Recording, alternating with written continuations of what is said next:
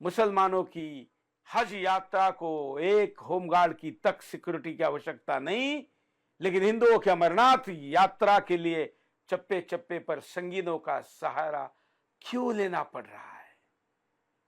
आइए जरा विस्तार से मुद्दा देखते हैं। आपने कभी सोचा है कि क्या वजह है कि हज यात्रा की सुरक्षा के लिए तो एक होमगार्ड की भी जरूरत नहीं पड़ती, लेकिन हिंदुओं की पवित्र अमरनाथ यात्रा हर बार संगीनों के साये में रहती है। हर बार साल दर साल आतंकी इस यात्रा को निशाने पर रखते हैं। 1993 से लेकर आज तक अमरनाथ यात्रियों पर कई बार हमले हुए और तमाम जाने गईं। ऐसे में ये कैसे तय हो कि कौन आतंकवादी है? हर बार की तरह इस बार भी पाकिस्तान पोषित आतंकी समूहों ने अमरनाथ यात्रा से पहले ही जम्मू कश्मीर में लगातार कई आतंकी वारदातों को अंजाम देकर अमरनाथ यात्रियों के मन में दहशत और डर पैदा करने की कोशिश की।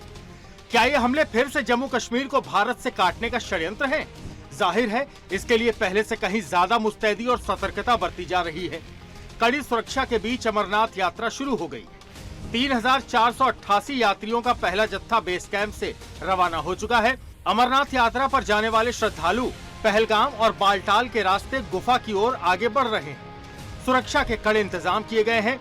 दोनों रूट पर भारी सुरक्षा बलों की तैनाती की गई है। आपको बता दें कि 3880 मीटर की ऊंचाई पर बाबा की गुफा स्थित है और ये यात्रा 62 दिनों तक चलेगी।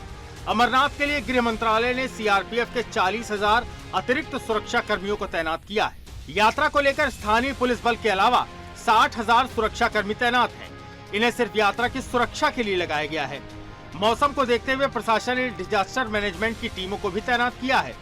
एनडीआरएफ और एसडीआरएफ की टीमों को भी तैनात किया गया है। जीपीएस से निगरानी की जा रही है। चप्पे चप्पे पर सीसीटीवी कैमरे लगाए गए हैं। हर एक यात्री पर कड़ी नजर रखी जा रही है। चप्पे चप्पे पर पुलिस, सीआरपीएफ, सेना, बीएसएफ और एसएसबी के जवान तैनात हैं। दिन रात गश्त की जा रही है।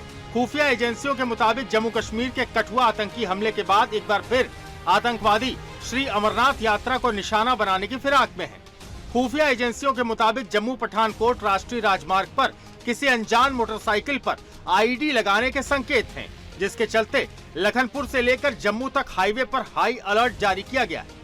आने जाने वाली मोटरसाइकिलों और बड़े वाहनों की गहनता से जांच की जा रही है। जम्मू पठानकोट नेशनल हाईवे पर विशेष रूप से सांबा और कठुआ जिले में तैनात नाकों को हाई अलर्ट पर रखा गया है। दरअसल नेशनल हाईवे पर बने टोल प्लाजा के नजदीक सेल्फी पॉइंट 44 के पास एक आईडी मिली थी, जिसको सुरक्षा बलों ने निष्क्रिय कर दिया था।